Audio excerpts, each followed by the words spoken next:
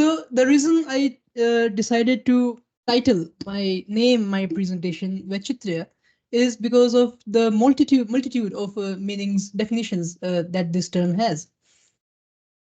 So Vachitrya, which is a Sanskrit term, it's a masculine noun, and it can refer to strangeness, it could refer to variety, it could refer to wonderfulness, and it could also refer to multitude. So my endeavor here is to create such an atmosphere in a very humble manner. I shall show some very quirky paintings belonging to different schools of Pahari painting, and then we shall be discussing the minute details which make these very few hand-picked artifacts stand out in bunch of paintings scattered through various collections and galleries.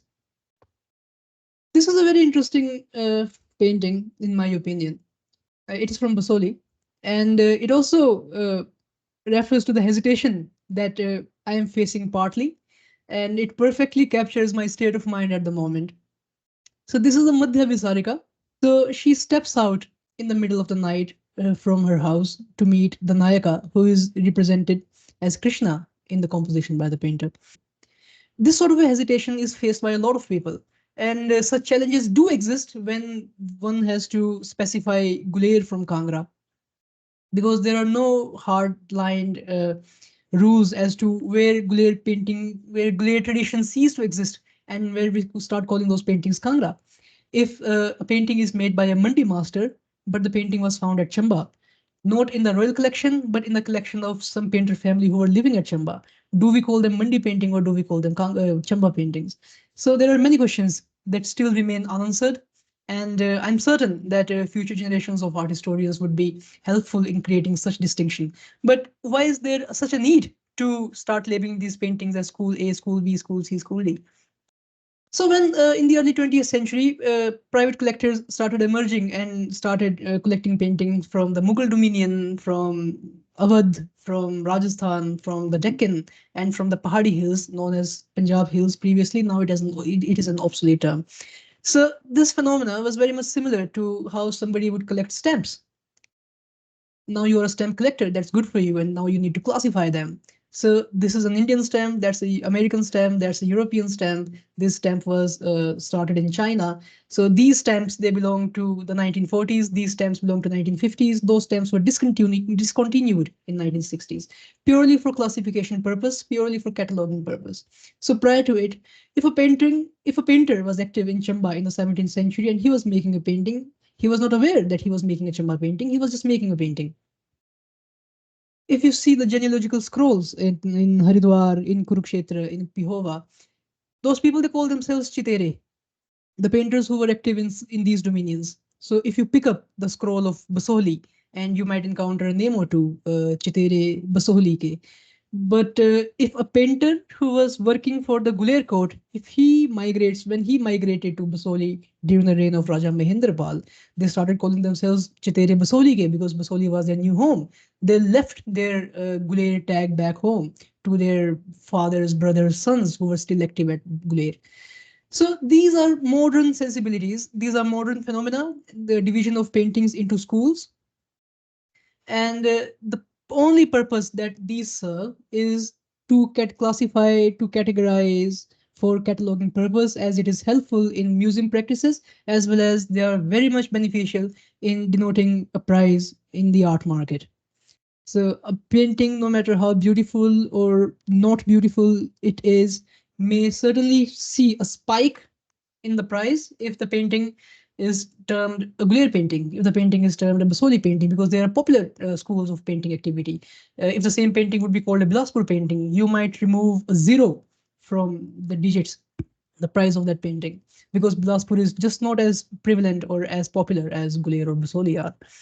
And in the beginning, when Kumaraswamy, N.C. Mehta, Khandalawala, and even MS Randhawa, they started categorizing these paintings, cataloging these paintings. They did not give much prevalence to centers such as Chamba, Nurpur, Guler, Basohli, Mandi. There was the Jammu school, which was marked by stylistic primitiveness, or there was a savagery, as Khandalawala calls it, associated with the style. The colors were bright, colors were robust, colors were primary. There was a lot of ochre, reds used in those paintings. So there was the primitive paintings, the Jammu school, the Jammu group, and then there was the beautiful, the soft hues, the angular facial features, the aquiline nose, the long drooping eye instead of the big, bold, protruding eye in the basohli counterpart right here. So these were only just the two schools. And still to this day, for many people, Kangra is synonymous with Pahari painting. So if somebody says Pahari painting, they mean Kangra painting. If somebody says Kangra painting, they mean Pahari painting. So anyway, let's try to tackle this and focus on the first school that I shall be showing, which is Nurpur. Nurpur is very dear to me because this was the earliest center of painting activity. And many people would assume Basohli to be the earliest school because of how Basohli appears, but that is not the case. Nurpur, as a state, was previously known as Dhameri, and Dhameri was reigned by Raja Vasu, sometimes known as Raja Vyasdev, sometimes Raja Vasudev, but Vasu is the name that we find in the genealogical scroll. And the Meri used to be the western frontier of the Northwest Himalayas, bordering Punjab on the west. And it was in the 1570s when Akbar sent Raja Todermal, as per his expansionist policy, towards the northern western states, and asked every single state to cough up as much territory as they could in their capacity. And the Meri state, Raja Basu at that time gave up Pathankot. Pathankot used to be the capital. That is how the royal house gets the name Pathania, from Pathankot. And Pathankot was given to the Mughals, which became a part of Punjab, and Dhameri was left alone. And at that time, Raja Todermal famously wrote a letter to Akbar stating that we have taken the flesh and left the bones for the Pahari Raja. And Raja Vasudev had an elder son. His name was Surajmal. He was Raja for 1 year. Then he fled and left to Chamba, and he was chased by Jahangir's forces, but they gave up halfway because Chamba is surrounded by an altitude of 4,000 meters on four sides. And then Surajmal was succeeded by his younger son, Raja Jagat Singh, right here. It is not a Pahari painting. The painting is made by Bichitra, the Mughal portraitist, among the favorites of Jahangir. So Jagat Singh was very close to Jahangir. When Jahangir visited Dhameri in 1621, Jagat Singh famously named his state Nurpur in the honor of Nuruddin Jahangir. And he was showered with a lot of gifts. He was given the title of Raja, and a lot of other favors were bestowed upon him. And when he named his capital Nurpur, the Rajas of Chamba mockingly called him Yavana Sachiva, which is secretary to the Mughals. But he was important enough for Jahangir to have his court portraitist have a portrait made of the king. And this is the earliest portrait of a Pahari Raja that we get. And it's made in such great detail. Look at this fine muslin jama that he's wearing. The detail is unparalleled. Let me show you the cuffs.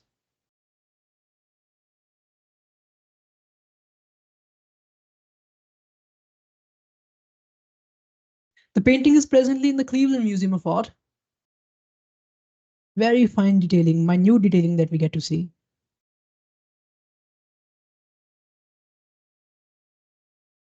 His expression is very similar to that of the falcon. Okay, so Jagat Singh was a man of evil designs. So immediately after becoming the Raja, he started to take his revenge from Chamba state, where his brother had fled along with the Nurpur state treasury and mysteriously died. We don't know how he passed in Chamba. And then when he called Raja Janardhan Varman of Chamba for a heated debate at Banikhet, he got angry and then pushed his dagger into the Chamba Raja's chest, killing him at the moment. Then the Nurpur forces took over the Chamba royal palace, and they killed every single person over there except for the 4-year-old son Prithvi, who was secretly smuggled to Mandi. And then after this, Chamba remained in Nurpur clutches for the corresponding 18 years. So the rise of Raja Jagat Singh. And since he was a person of political ambitions, he let those ambitions show in his impetus towards arts as well. So immediately afterwards, he established a painting atelier at Nurpur, and this is the work of a popular Mughal artist for the Nurpur court. We can see there are several Mughal elements in this painting. For example, this highly florally decorated hashia, the pedestal upon which Vishnu and Lakshmi are seated. There is also application of the malachite pigments that could be seen on the blouse of Lakshmi or even the turbans that the young boys are wearing. The turban that he is wearing himself is purely in Jahangir fashion. Fantastic portrait, indeed.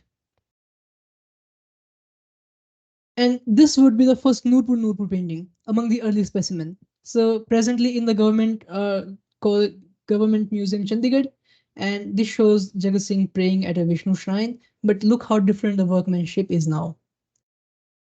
There is one possibility that the popular Mughal artist who must have migrated to Nurpur from Lahore, given the close geographic proximity, must have spent some time at Nurpur training local craftsmen into painting.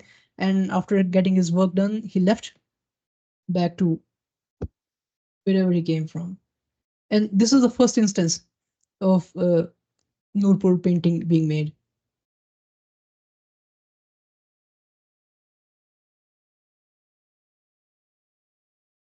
Now look how things are changing after a few generations.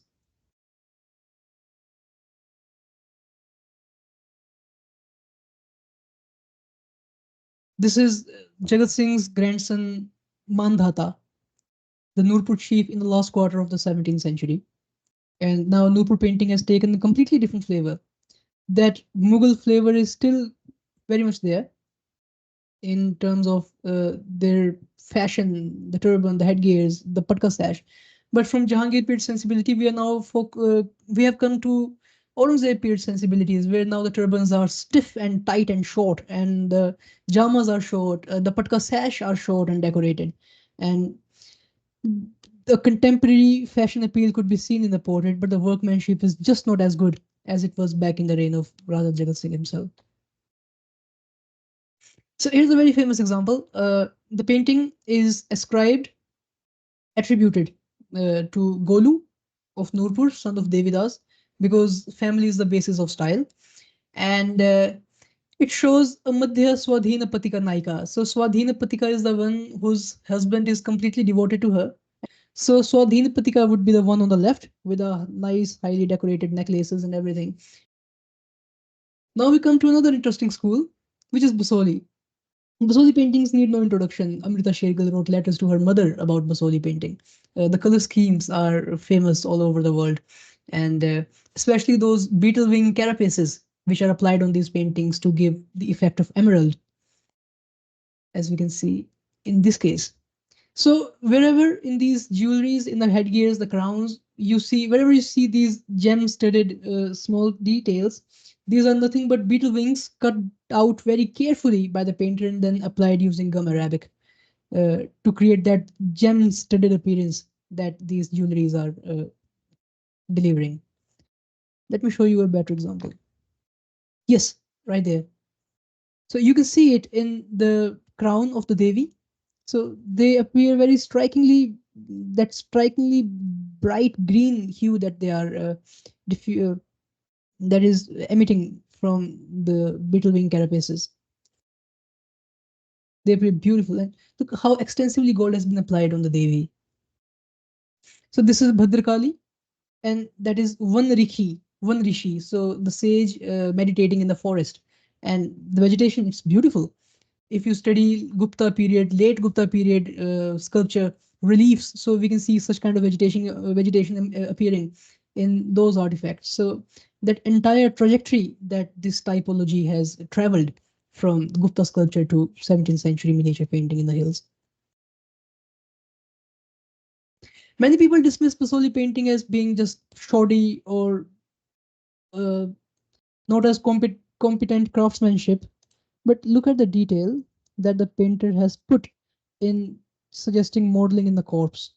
So very fine stippling has been done. Even in the trees. So every single strand is individually evident. Even in the deer hide, this black buck hide.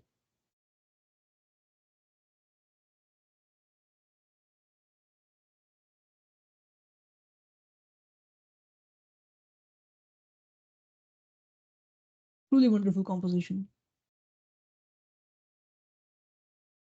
So, but the adoration of Bhadrakali by the Hindu male pantheon. So we have Brahma, we have Vishnu, we have Mahesh, and we have Indra with yonis all over his body.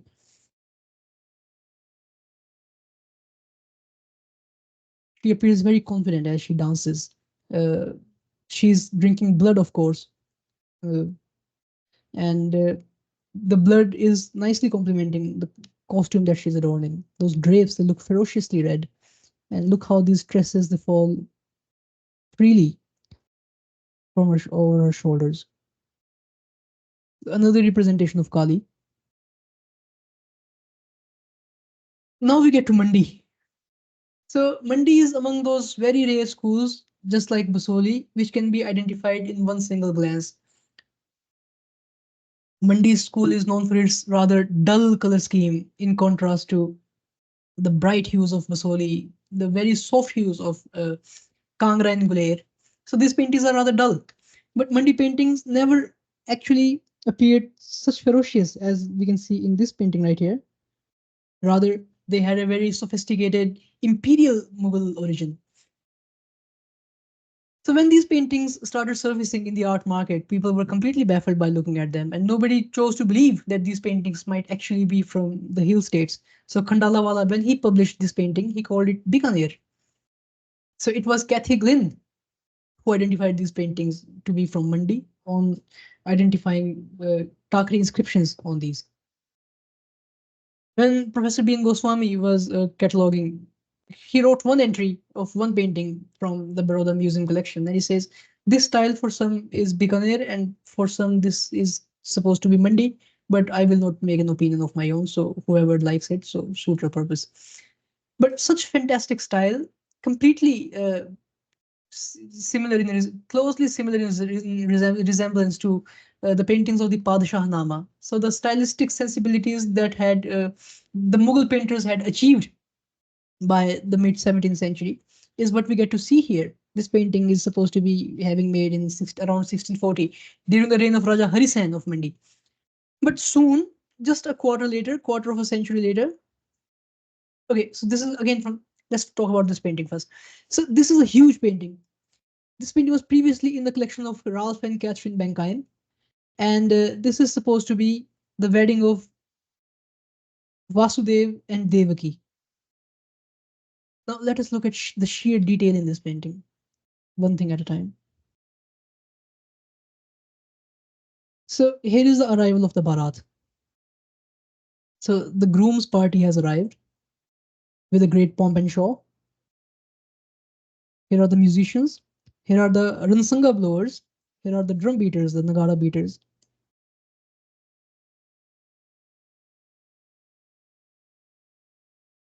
The groom arrived on this elephant, as suggested by the palki on top, decorated palki. Now they are trying to park their vehicles, and our eyes move toward this corner right here. So this is Vasudev wearing a flowery sahara, entering the quarters of Ugrasen. And on this minaret up close, we can see a band of musicians playing. So this is what I like about Pahari miniature painters the most. So no matter which situation, which subject matter, they very successfully are able to localize the visual language. So Devaki and Vasudev, the entire situation, as per the text of Bhagavad Puran, took place in Mathura. And but here, the musicians, they're totally Pahari musicians, playing Ransanga, playing Peepani, banging the Nagara drums, as is customary in Pahari marriages. This is very interesting how this confluence of different cultures appeared to be having happening simultaneously through Pahari painting. So imagining the events of Bhagavad Puran in their own local regional context. Okay, so now we enter the main area of activity. So the stage has been set. Vasudev is sitting here waiting for Devaki to arrive. Here would be Devaki escorted by her sakhis. And here is the shed that is usually put in marriages towards the north of the Satluj River, including Chamba, Kangra, Mandi. And here are the Zanana quarters. But quarter of a century later, this is what we start getting in Mandi painting. So how does this transcendence, how does this transformation, this metamorphosis occur?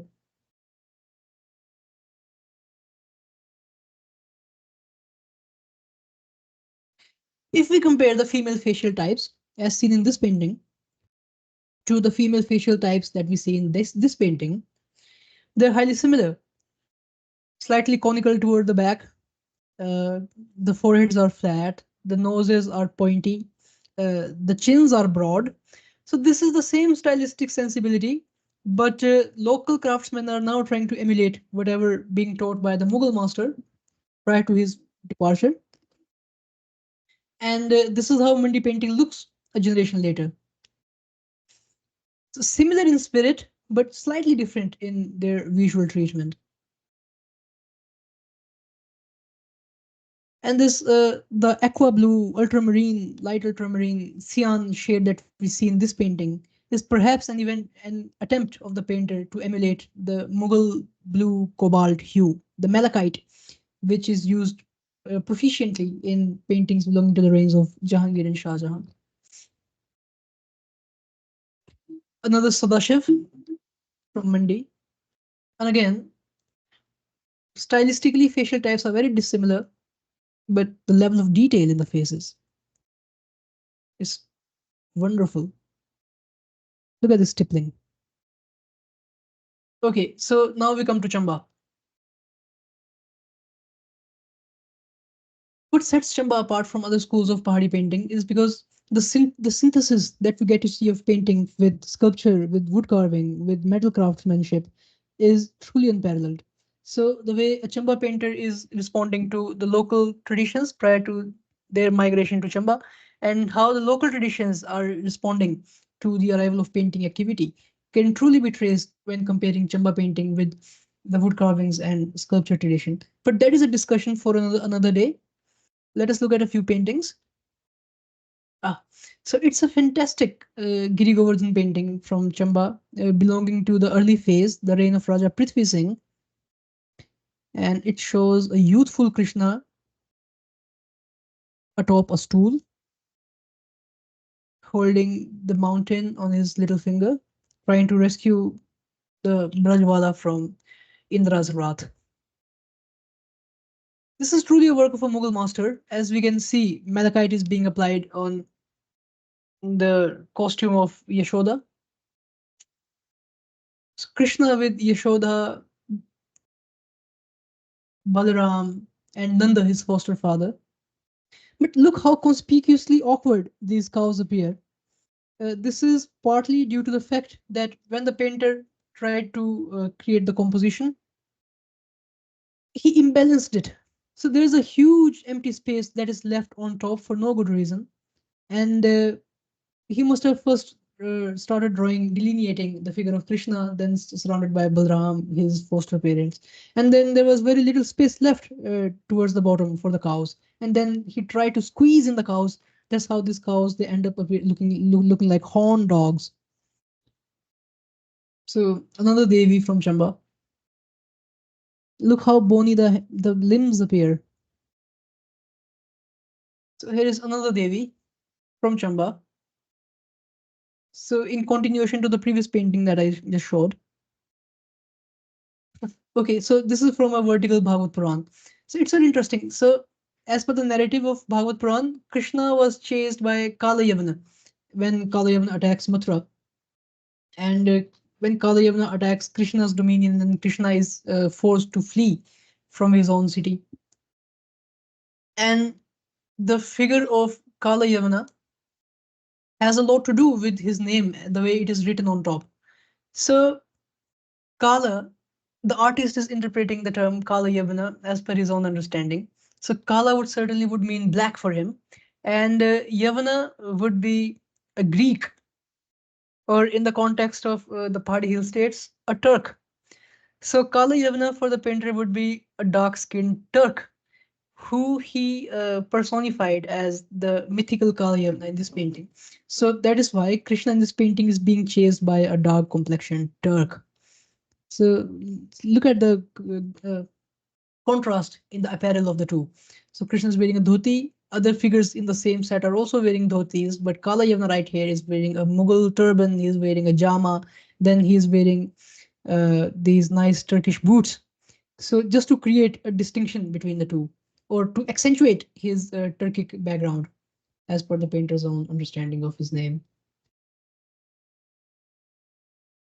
And another interesting thing is that almost every single person in Pahari miniature paintings are depicted in a side-facing manner, in a profile manner.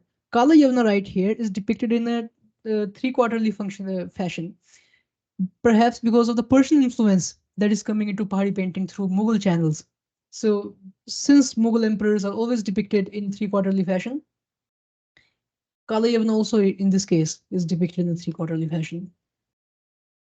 This is Balarama changing the course of the river Yamuna. Krishna and Balarama standing. Balarama marked with his blue jama because he is the incarnation of Naga. So that's why he is always dressed in blue. And a very beautiful hillock that is to be seen here. Very similar to the Persian tradition. And this painting is around 1740 when Pahari painting, Chamba painting at least, had taken a completely different form from its Mughalish flavor in the initial stages. Okay, so this is the portrait of Raja Uday Singh of Chamba. So it was during his tenure, somewhere between his reign that lasted from 1690 to 1690 to 1720, that he took a vow of abstinence when he gave up drinking. And that would be his younger brother Lakshman Singh, who's holding the vessel in which he is pouring the decanter to empty it, as if so as to symbolize that he has given up drinking. And he holds a rosary in her other hand to suggest his rather new take in the spiritual direction. And see how his jama has been undone. So this would be a symbolic representation of his hedonism or the lifestyle that he had taken previously, and now he's trying to mend up his ways, and he's emptying up his decanter, and now he'll be facing spirituality very soon. Even the hookah has been lifted up from the carpet underneath the Raja, and it's a very symbolic painting that way. But yes, this abstinence did not last for too long. So he married the daughter of a barber, and he made the barber his vizier, and then he was murdered by his own court. And that is how this Raja met his end. Okay, so this is also a favorite painting of mine. So the killing of Yogamaya. So we know that as per the text of Bhagavad Puran, Devaki and Vasudeva were supposed to have a number of children. One of them will murder Kansa, and then Kansa orders his men to kill all of Devaki and Vasudeva's children. And then every single child that would be born to them would be slammed on a rock slab by Kamsa himself. And that is how he was trying to kill every single one of them. And then there was one female child as well, and she was an incarnation of Yogamaya. And when Kansa tried to slam the child on the rock, she slipped from his hands, and then she goes up in the sky and she says that your end has been born someplace else, and he will be the cause of your demise. In this painting, the artist has taken quite a liberty from the original narrative, so not staying faithful to the text of the Bhagavad Puran, and rather either basing this painting on some other source or completely making it out from his own creative fancy. So what is happening here? Instead of Kansa, we see Kansa's servant as depicted by his clothes, who is trying to slam the baby Yogamaya on the rock slab, which can be seen right here. But as he's about to do that, she starts getting charged up, as we can see sparks emerging from her body. And then she flies up in the air, uprooting his arms in the process. And then she takes her full form, and then she makes the prophecy that Kansa would be murdered by the boy who has been born someplace else. And look how this electric waves are radiating from her body. And these thundering clouds that are gathering at the horizon, and those uprooted arms are dangling free in the sky. So eerie, isn't it? And here is the blood dripping down, and here is the armless servant. But very casual, isn't he? Just another Monday. Right. So here is Matsya Avatar. So Matsya Avatar from Chamba are personal favorite of mine because of how cartoonish the four Vedas appear. We can see how afraid they are. Look at their facial features. It's it's as if Shankasur has digested a bunch of crayons and now Vishnu is pulling them out by performing a C-section. Fantastic painting. So, from underneath the deep oceans, Matsya emerges victoriously as he stands erect, perpendicular to the sky. He's emerging out, bringing Shankasur along with himself. He puts one foot on Shankasur's chest triumphantly as he rips open his belly with his own bare hands and brings out the four Vedas that the conch demon had consumed. It's a fantastic composition. Look at this fish right here. Okay, so guler painting. So guler painters rather, are more popular than paintings from guler because of their idiosyncratic nature of choosing what to depict in their paintings.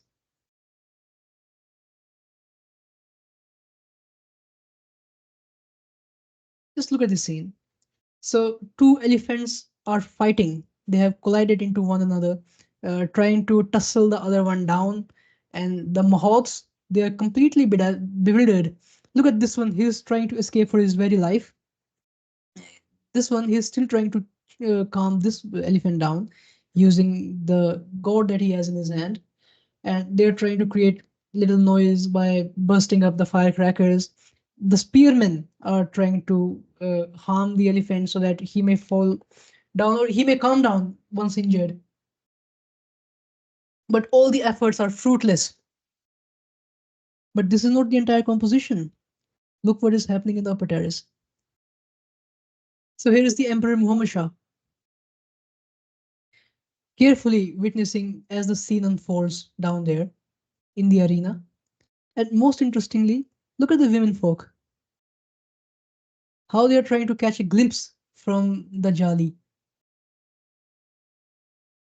So when we consider these paintings in this light, they become very curious works of art. This is the entire painting. At present in the Cleveland Museum of Art, attributed to Nansuk. This is attributed to Nansuk's brother Manak slash Managu, and this is blind man's bluff that the children are playing. And just look at their expressions. Okay, this is another personal favorite of mine, also attributed to Manaku, and it reads Narsingh Hiranyakashipu Pakdi Liya. So Narsingh has held Hiranyakaship in his grapple. And look in how many ways Narsingh has held Hiranyakaship. So here is the all-time favorite grapple. He has held Hiranyakaship with his one arm, and then he has held Hiranyakaship by the tail as well. And here is a foot between the two legs so that he can't escape at all. If he tries hard, he will fall down. Look at Narsingha's triumphant facial expression, the emergence of the Varaha, again attributed to Manago. So Varaha's birth had been prophesized to become the end of Hiranyaksha, the elder brother of Hiranyakashipu. And Hiranyaksha had kidnapped Bhudevi and taken her to the bottom of the ocean.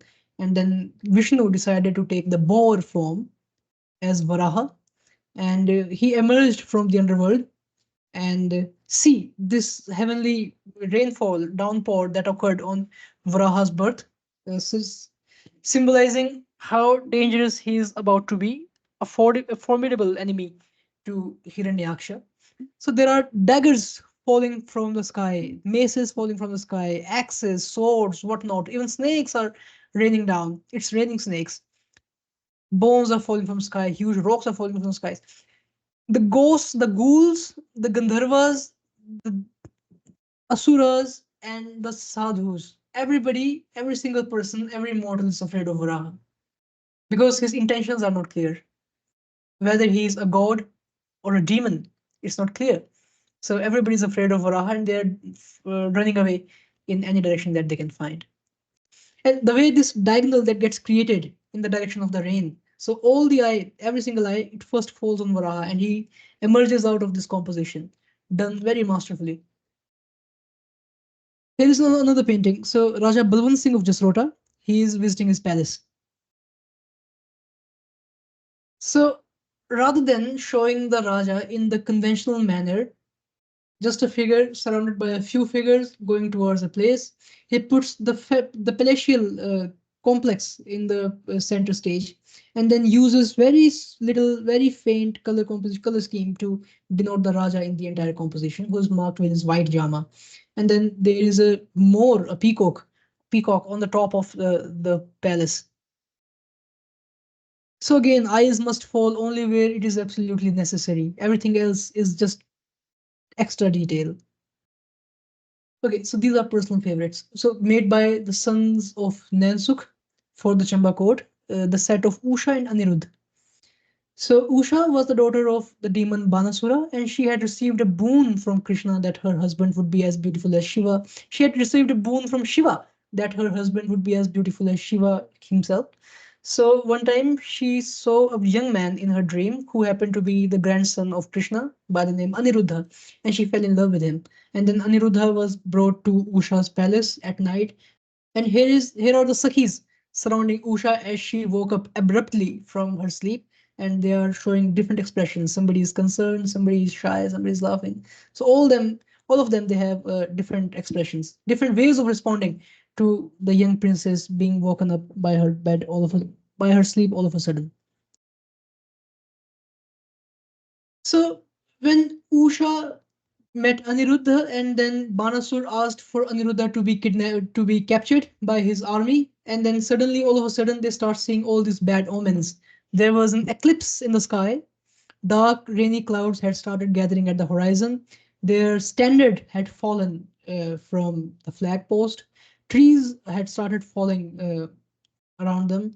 Jackals started throwing fire, breathing fire. Cats were fighting. All these bad omens are to be seen here. So Banasura, he's as calm as he could be, and his sidekick, the Wazir Kumbhand, the demon, he's urging his master to take necessary appropriate actions. Otherwise, something evil is about to befall upon us. And he's like, nothing's gonna happen to me. Look at these demons. Guler artists actually marvel. They marvel the beholder when it comes to depicting the demons. No two demons would ever look the same in Guler painting. They really go creative with depicting the demons in their paintings. Okay, so the next painting is another one of my favorites. So Kumbhan requests his master to take appropriate action, but instead of following suit, see what he does. He enters the harem. He is in the company of his queens, the consorts.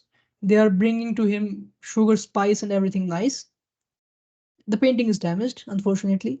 So he is being treated to a wine party, and look what is depicted outside. So it's the same demon, Kumbhand, his Wazir. He's actually looking at us, the viewers, in this composition in a rather complaining manner. So he looks at us. Look how the space is divided into two-thirds. So the inner chamber takes the predomination, and then the out of the chamber, outside passage, where Kumbhand is sitting in a contemplating manner, is the one-third of the composition. Another detail showing the various demons, suggestive of different expressions. So Banasura gets tired of Aniruddha, and he just says, "Go and kill him." And then all these demons, they are so happy. They are so happy. They haven't taken a soul in such a long time, and now the time has arrived. So they're actually thinking what kind of different ways would they be able to kill Aniruddha. So these two, they are just happy to be obeying their master. So Aniruddha arrives with his sword, and since he's the grandson of Krishna, of course he's supposed to kill all the demons, right? Because he's the grandson of Krishna, and Krishna is an incarnation of Vishnu. And he starts killing all these demons like carrots and radishes. So now we come to the final phase of Pahari painting, that is Kangra. So Kangra painting is the ones which are the most beautiful. So all the paintings which are made on the theme of love were made in Kangra. So the patrons of Kangra, be it Sansar Chand, Anirudh Chand, they were huge. They used to fancy poetry a lot, especially Hindi poetry, Braj poetry, poetry of Keshav Das, poetry of Matiram, uh, Bihari, Ras Khan, and fantastic paintings were made on these poetries. So This Virahani Naika, for example. So she's seated, this beautiful Naika with an expression of melancholy on her face. She's sitting by a riverside on the bank of a river, rather a lotus pond, and she's thinking something with a longing expression on her face. A wonderful tree stands tall, sheltering her from hurt or whatever that she is feeling. And she is clutching a lotus leaf as if her life depends upon it. The lotus leaves are famous, or rather infamous, for letting water droplets slip from them. So nothing can ever settle on a lotus leaf. And she might be feeling as if love is also slipping from her grasp. So she is trying to hold this lotus leaf next to her as dearly as she could. So this is Raga Hindola. So Hindola is supposed to be a springtime, summertime rag, and supposed to be sung in the daytime. And Hindola is personified by the painters of Kangra as Krishna and Radha riding a swing. That is what Hindol means. So here is a celebration in Vrindavan, away from the urban life of Braj. So here we can see they're in seclusion, secluded with this rows of areas of trees in the back. And the Gopas, they are in a state of merriment. Even the cows are having a fun time. And all these Sakhis, the Gopis, they're laughing jokingly amongst one another. Who knows what they're murmuring to each other. And here is Radha and Krishna and Radha, completely lost in each other. And here's the singing and dancing party. And there is a Chamba Rumal as well. So a chamba rumal coverlet is being used by this Sakhi to as she brings along delicacies for the Gopas to enjoy. So again, the self-referential nature of art is playing a role here. Chamba rumal tradition emerged from painting, and now there are references being made to chamba rumal in the painting itself. So sort of a meta art thing. So with this, I end my presentation. Thank you very much, and now I can be taking questions.